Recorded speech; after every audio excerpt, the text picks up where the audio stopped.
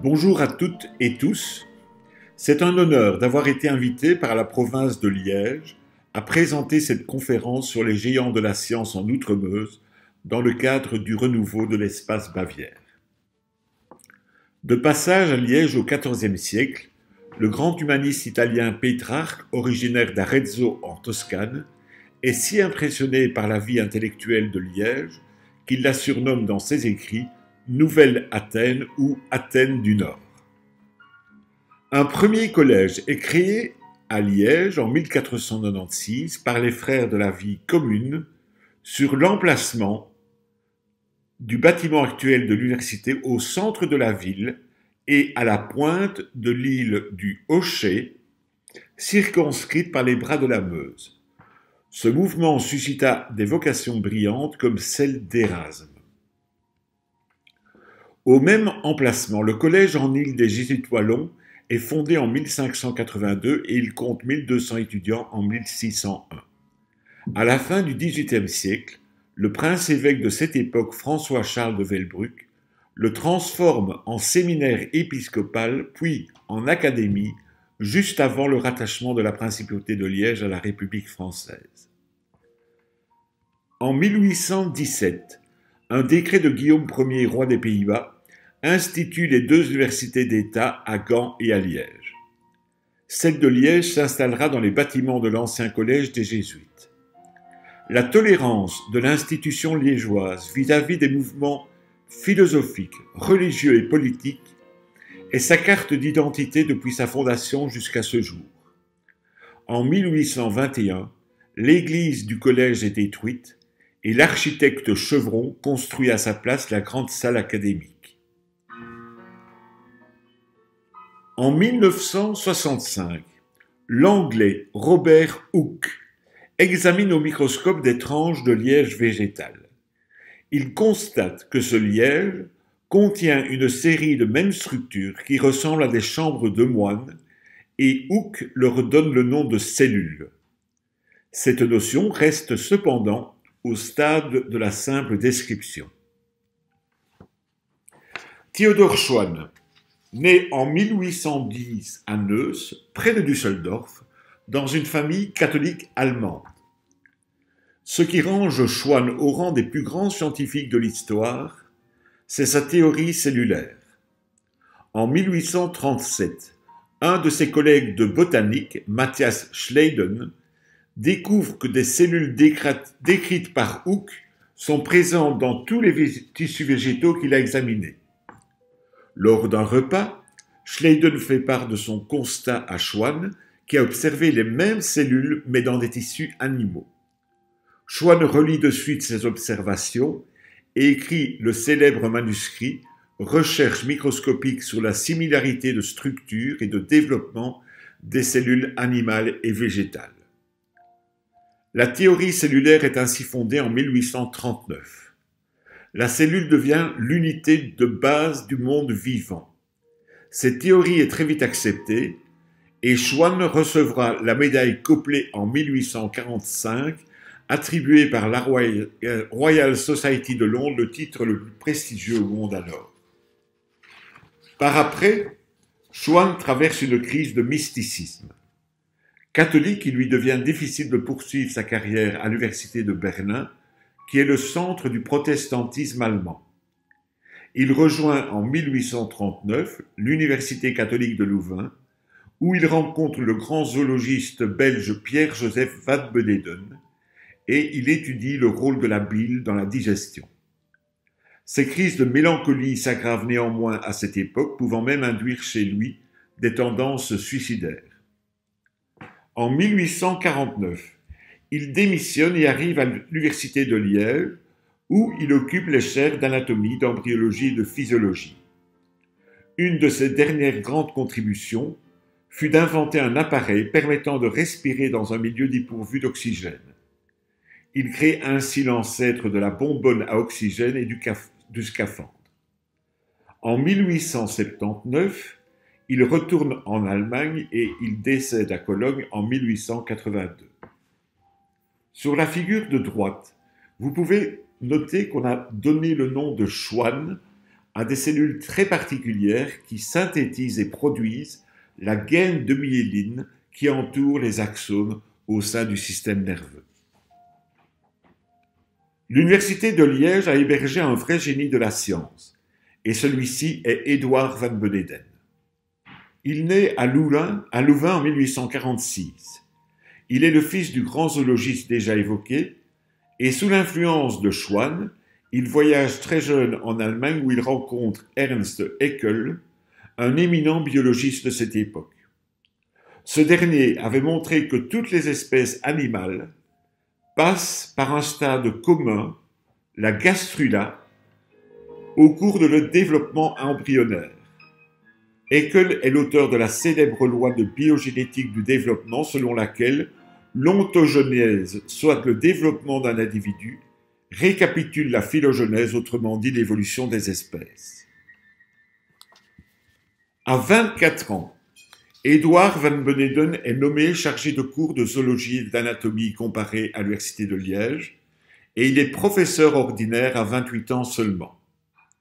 À 37 ans, en 1883, il publie un ouvrage de plus de 470 pages, Recherche sur la maturation de l'œuf, la fécondation et la division cellulaire. Parmi les découvertes qu'il y expose, il démontre la pénétration active du spermatozoïde à l'intérieur de l'ovule, mais surtout, il montre que l'ovule élimine des globules polaires contenant le même matériel que le noyau de l'ovule. Van Beneden avance alors l'hypothèse que ces globules polaires permettent de réduire de moitié le matériel génétique contenu dans le noyau de l'ovule. Il jette les bases d'un nouveau mode de division cellulaire spécifique des gamètes sexuels qui ne sera baptisé méiose qu'en 1905. Édouard Van Beneden a fait de l'Université de Liège une université à l'extrême pointe dans le domaine de l'embryologie. Les travaux de Van Beneden ont été récompensés à de nombreuses reprises au cours de sa carrière, et je n'hésite pas à dire qu'il aurait obtenu le premier prix Nobel liégeois si ce prix Nobel avait été institué avant 1900. Édouard Van Beneden s'éteint à 74 ans en 1910 dans l'Institut de zoologie qu'il avait conçu sur le modèle des universités allemandes avec l'architecte liégeois Lambert Nopius. Il meurt sur son lit de camp dans son bureau, à côté de son microscope et de ses livres, tel un capitaine à bord de son navire qui gardera le cap à travers les siècles. Léon Frédéric naît à Gand en 1851 et effectue dans cette ville ses études universitaires pour être diplômé docteur en sciences naturelles en 1871, puis docteur en médecine, chirurgie et accouchement en 1875, et enfin docteur en physiologie en 1878. Il effectue ensuite ce qu'on appellerait aujourd'hui un séjour postdoctoral et se rend dans différents laboratoires, comme ceux de Paul Bert et du grand Claude Bernard à Paris, d'Émile Dubois-Rémond à Berlin et de Félix Hoppe-Seyler à Strasbourg. Sous l'impulsion des savants mentionnés, et de Claude Bernard en particulier, la physiologie est alors devenue la base de la médecine expérimentale. Le jeune chercheur va ensuite étudier la physiologie du poulpe à la station biologique de Roscoff en Bretagne. En 1878, il écrit à ses parents « Je rêve de poulpe, je mange du poulpe, je nourris mes poulpes et je vis poulpe ». Il se met à chercher la substance qui transporte l'oxygène dans le sang du poulpe. C'est ainsi que Frédéric découvre l'hémocyanine. Cette hémocyanine devient le deuxième transporteur d'oxygène le plus utilisé par les êtres vivants après l'hémoglobine. Un an après la découverte de l'hémocyanine, Léon Frédéric rejoint l'Université de Liège, choisi par Théodore Schwann lui-même pour reprendre sa chaire de physiologie. Un domaine l'intéresse également, la circulation vasculaire et la physiologie cardiaque.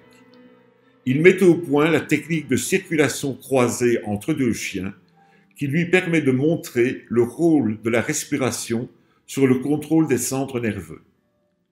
Léon Frédéric se met ensuite à la chirurgie cardiaque chez le chien. Il se penche sur la mesure de la pression dans les différentes cavités cardiaques. Il réalise ces mesures dans chaque cavité à l'aide d'un électrogramme, ancêtre de l'électrocardiogramme, et mesure ainsi la variation des ondes de pression intracardiaque.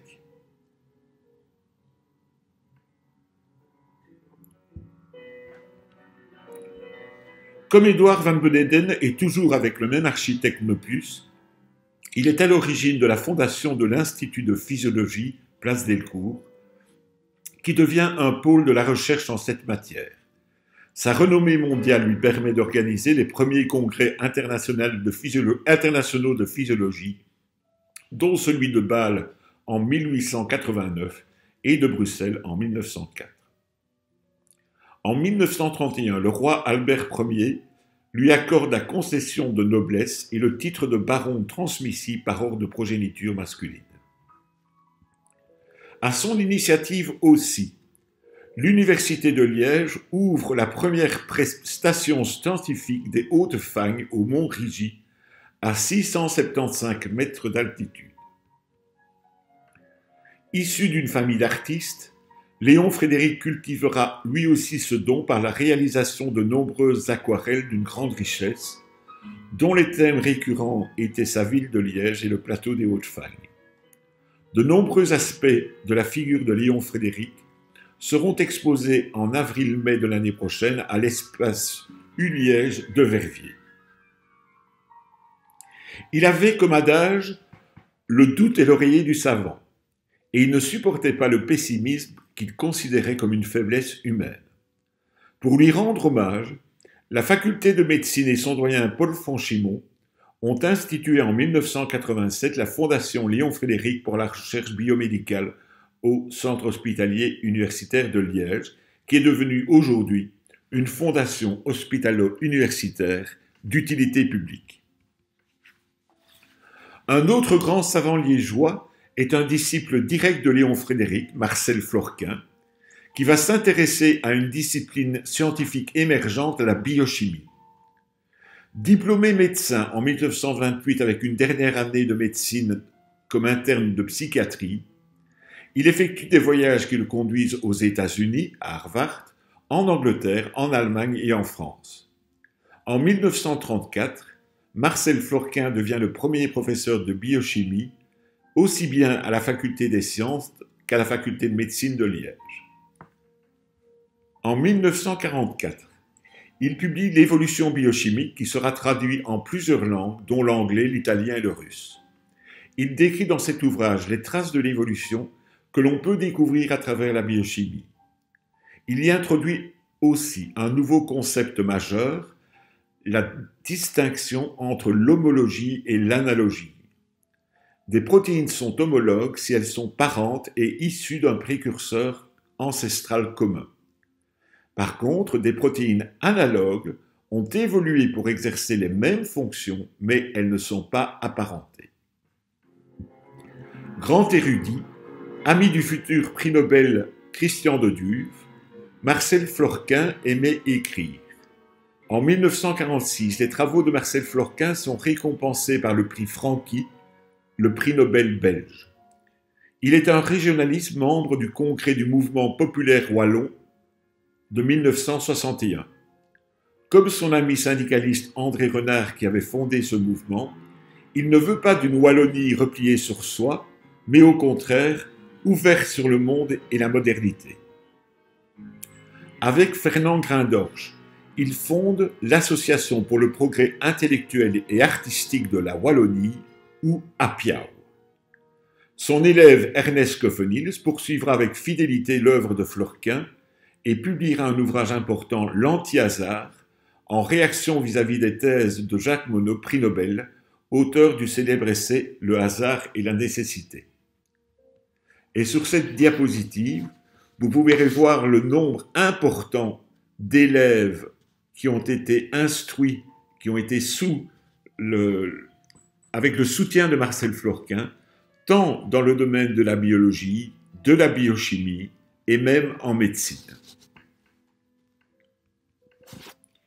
La dernière personne dont je parlerai est Zénon Bach, qui est né en 1903 à La Louvière.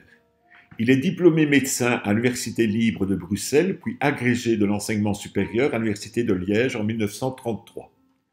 Il obtient lui aussi le prestigieux prix Franquet en 1948 pour ses travaux sur la toxicologie des gaz de guerre, comme l'hypérite ou gaz moutarde, massivement utilisé pendant la Première Guerre mondiale et encore aujourd'hui, comme vous le savez.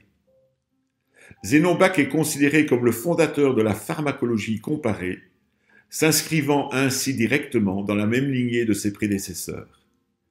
Il fut aussi un militant wallon et co-signe avec le poète Marcel Thierry et Jean Rey la fameuse lettre au roi de 1976 de Jules d'Estrées, révélant l'inquiétude des Wallons et des francophones de Belgique. L'amphithéâtre le plus important et le plus prestigieux de la faculté de médecine au CHU de Liège porte aujourd'hui le nom d'amphithéâtre Bach et Florquin. Pour conclure cet exposé, je voudrais citer 3 petites maximes qui ont éclairé ma rédaction de ce texte. La première est de Sénèque et elle nous dit que le passé doit conseiller l'avenir, ou le passé engendre l'avenir. La deuxième est de Goethe. Il n'y a qu'un père pour ne pas envier à son fils la supériorité du talent. Et enfin de Gramsci, celui qui ne sait pas d'où il vient ne peut savoir où il va. Enfin, pour ceux qui me connaissent, je ne pouvais pas terminer cette conférence sans évoquer le thymus, qui est mon organe de prédilection et l'objet de ma passion de chercheur depuis plus de 35 ans. J'espère que vous accepterez un peu d'autopromotion en vous présentant l'ouvrage que j'ai publié aux presses universitaires de Liège et qui a obtenu en 2014 le prix littéraire de la Fondation Prince Alexandre de Belgique.